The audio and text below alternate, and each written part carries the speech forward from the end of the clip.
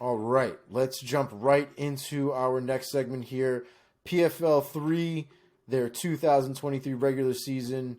We're going to hand this one over to Mark, who is deep in the PFL guts, Oh, and jeez. get to it.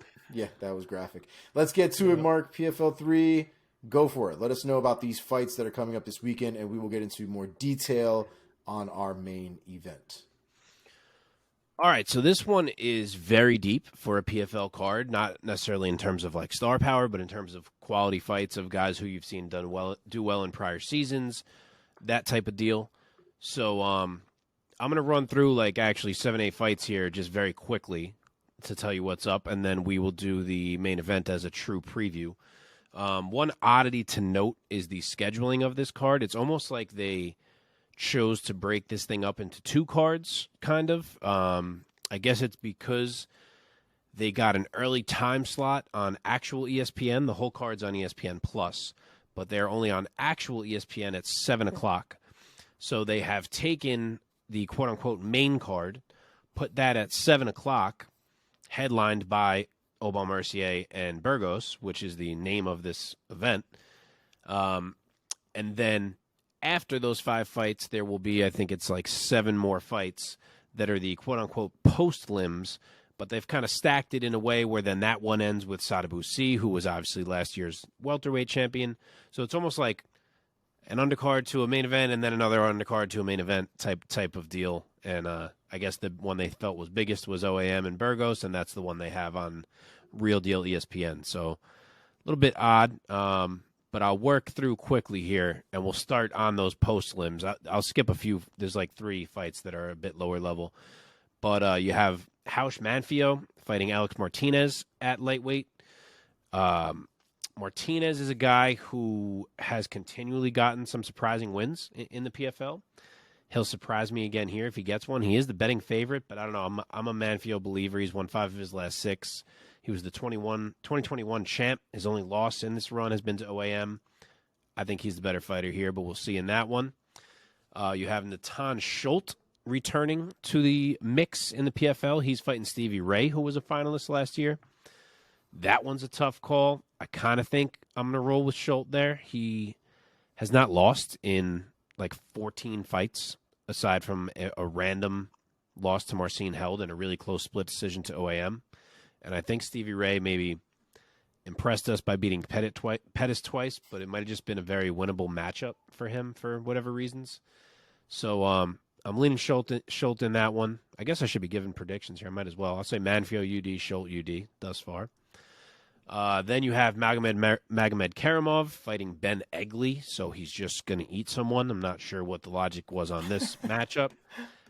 Give me Magomed to walk through him. I'll say round 2 TKO. And then you get to the quote-unquote main event of these post-limbs, which is Aubin-Mercier, last year's welterweight champ. He is fighting Jarrah Al-Silawi.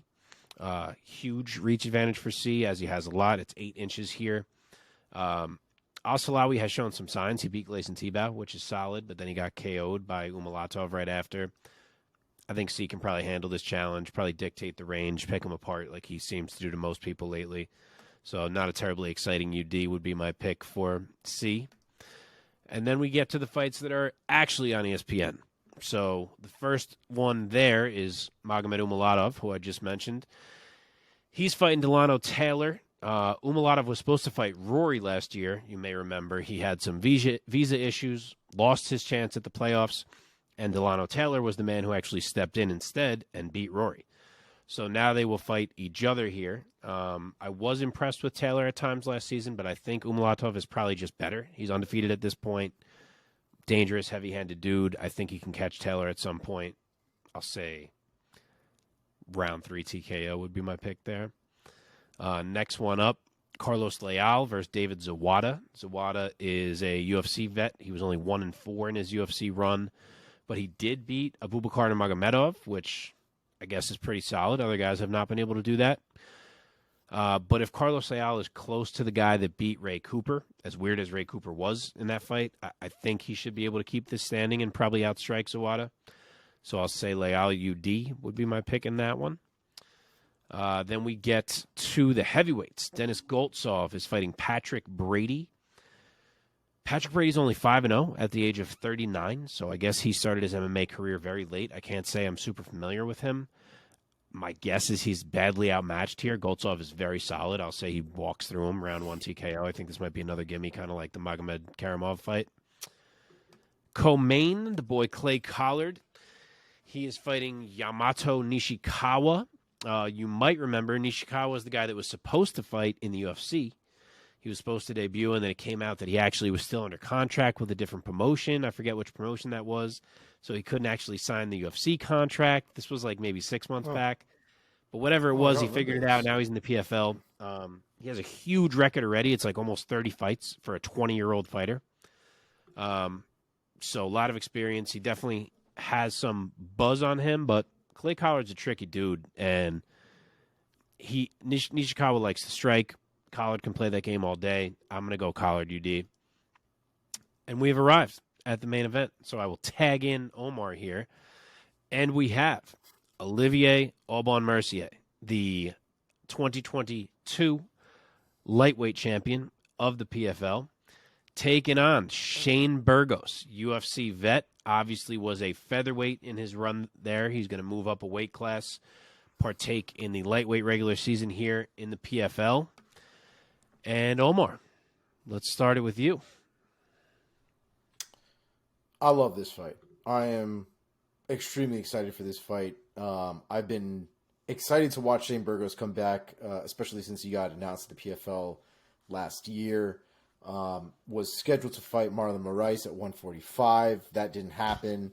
Thank God that didn't happen. I forgot about that stupidity. For a lot of different reasons. But I think one of the greatest things that's come out of this has been Shane Burgos' move up now to 155. And he spoke to Ariel about why that was and why he's not fighting 145. And he was very honest talking about how the weight cut is killer at 145.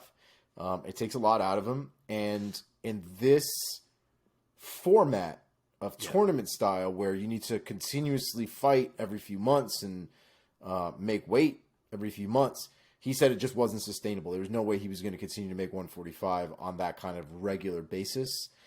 So he moved up to 155, and he says he's felt the best he's ever felt. He doesn't feel like he's, dead and dying and having to do all this to cut and make weight. He says it's very natural now. He's got a nutritionist that's making everything a lot easier for him. And I got to be honest, man, a Burgos that potentially is faster, stronger, more responsive, I think that's a dangerous combination. OAM is an absolute monster. Definitely the grappler that you don't want to get caught underneath. He's even apparently now shown that he can knock a bitch out. OAM is no slouch by any stretch of the imagination, but I've been a Burgos fan since the UFC. Burgos has had some amazing performances, and if we were to take potentially a grain of salt that Shane Burgos was a fraction of what he could be had he not been depleting his body, and then that takes into consideration the good and the bad performances that he's had in the UFC, I think the potential for Shane Burgos is even greater than what it was at 145. So give me Shane Burgos, man. Give me Shane Burgos in this 5-round fight. Decision. I take him. Sorry, I'm inputting odds for the UFC that I never wrote down. Yeah, I too love this fight, and I'm so fucking torn on who I want to take. The betting odds are the same exact way. OAM, they're both minus money. OAM is minus 120. Shane Burgos is minus 110. So you're basically looking at a pick 'em fight. Yeah. You want to say, like, wow, Shane Burgos is coming up from featherweight. I wonder if there'll be a size difference. And there will, in favor of Shane Burgos. He's 2 inches taller than OAM, and he has a 5-inch reach advantage. So Shane Burgos is a long dude. He's going to be just fine here. I mean, maybe the strength ends up being a factor. OAM is obviously a very strong lightweight, so we'll see how that aspect of it goes. But I'm struggling because I like OAM a lot. I really like his game. Have been, since he came to the PFL, I've been saying he would be the champ in the PFL. He was. I kind of feel like Shane Burgos does have the right kind of game to throw OAM off his game, though. Burgos is not afraid to take damage. He will not stop. He won't be mentally beaten if things aren't going his way. He can scramble. He carries danger all fight long. Even if he lands one, it could change the fight. And OAM is a guy who wants to control the fight, and he wants to fight it the way he wants. And Shane Burgos is going to do everything he can to prevent that. So the question to me just kind of comes down to how good is OAM? Like, is he good enough to do it anyway? Can he stay out of a firefight? Can he win on points? Can he get timely takedowns and control Burgos enough to not get clipped and not get hurt? And like Omar said, you can't look past OAM in terms of danger he presents. Obviously, he had a huge fucking knockout to win the PFL title last year of Stevie Ray. But I don't think he's finishing Shane Burgos like that. So I think if anyone gets a finish, it's the other way most likely in this fight. I'm torn. I'm real friggin' torn. If it was a 5-rounder, I think I might be more inclined to say that Burgos finds an opening at some point. Just in 25 minutes is such a long time.